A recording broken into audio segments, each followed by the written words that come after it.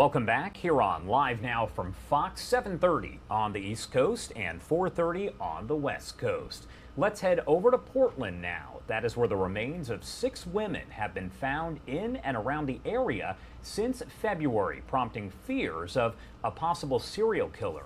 Portland's police saying they have, quote, no evidence the cases are connected, but that has not stopped people from talking. There's a lot of chatter all over social media. Joseph Giacalone is a retired NYPD sergeant. He joins us live to talk more about all of this. As always, thank you so much for taking the time to be here. Thanks for having me, Josh. First off, your thoughts when you hear something like this, because again, this story has been circulated all over the place here, especially in the last week or so.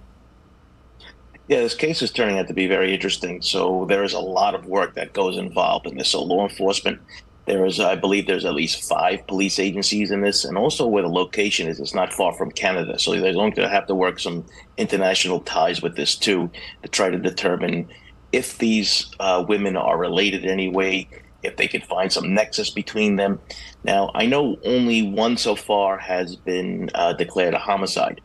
So the other ones, we have to wait for the autopsy reports. If we get toxicology reports, we're going to get all these things, and sometimes they take time. So I guess this is kind of, I hate to say stupid question, but why do you think that this is gaining so much traction on social media and so many people are talking about it? Well, we've seen the true crime community really grow here on the internet, specifically with social media, whether it's, they're doing their own investigation or they're just, very interested in these topics. It's always been this way, so to speak. I mean, even back when I was a kid, they had the detective magazines and all those other things. So I don't find that unusual at all.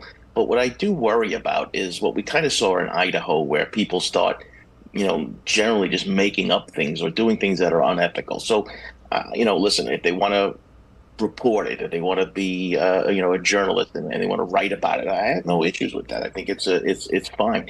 And there are a lot of people out there with some skills that can find things on the internet that either the law enforcement agencies don't have the time for because now they're really tied up into this, or, that they can just, kind of help move this case along a little bit, try to find out who these women are. And that's generally the first step. I believe at least 2 are unidentified so far. And police have said so far, especially after people started speaking about it here, that they have no evidence the cases are connected. Is that essentially cop speak for they could be connected, they don't want to release too much information? What does that mean when police do go as far as to say we have no evidence right now they're connected? Right. So right now, remember there are at least these 6 crime scenes that they're dealing with, right? When people say, well, you said crime scene, does that mean it's a homicide? No. You treat every death as if it's suspicious until proven otherwise, because you don't get a second chance to do it right. So they are going to treat these all like homicides until the evidence and the information proves otherwise. So, and that includes the complete victimology on the person, right? Who they were, what were they doing? Try to track back at least 48 hours from the time they were last seen. Because you got to remember, some of these ladies were not seen for a while, and that really puts investigators at a disadvantage.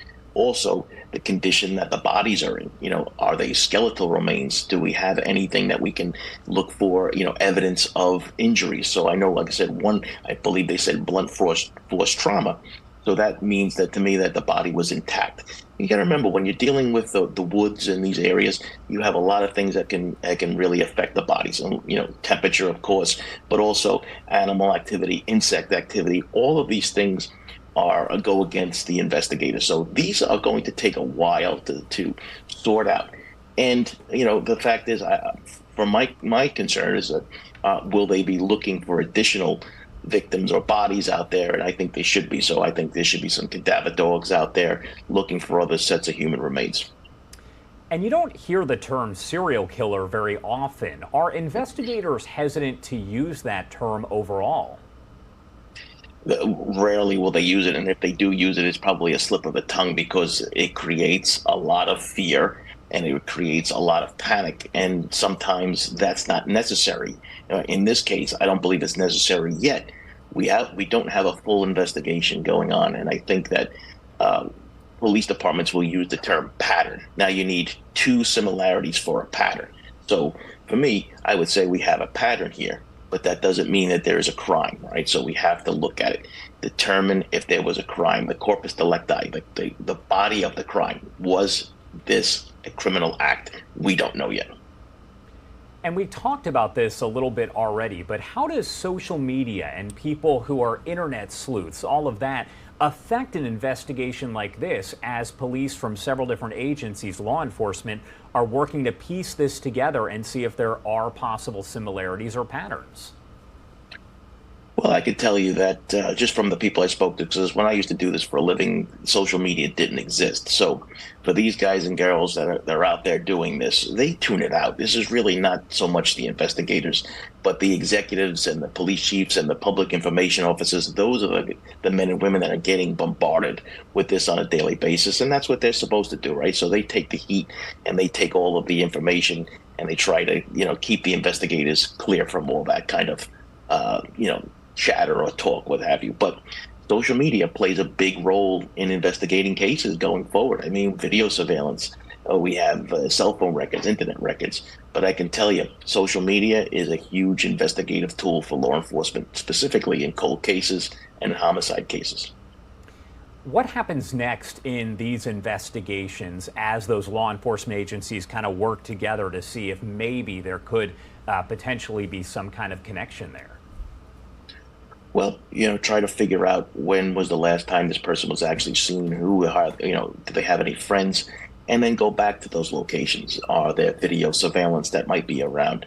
Did they get into a car with somebody?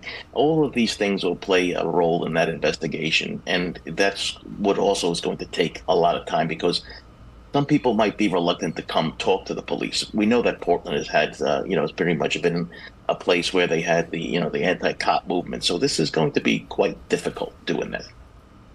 All right, Joseph Giacalone, as always, thank you so much for taking the time to be here and help break it all down for us. We love having your expert opinion. Anything else you want to add about this before I let you go? Yeah, I just think that people need to be patient. The information will come out, and I believe and we might even see the FBI come into this investigation too, because it might be something where people are being maybe brought across straight state lines or even over the border. So it's going to be interesting to see how this proceeds forward. All right. Thank you again for taking the time to be here. We appreciate it. Have a good day, Josh.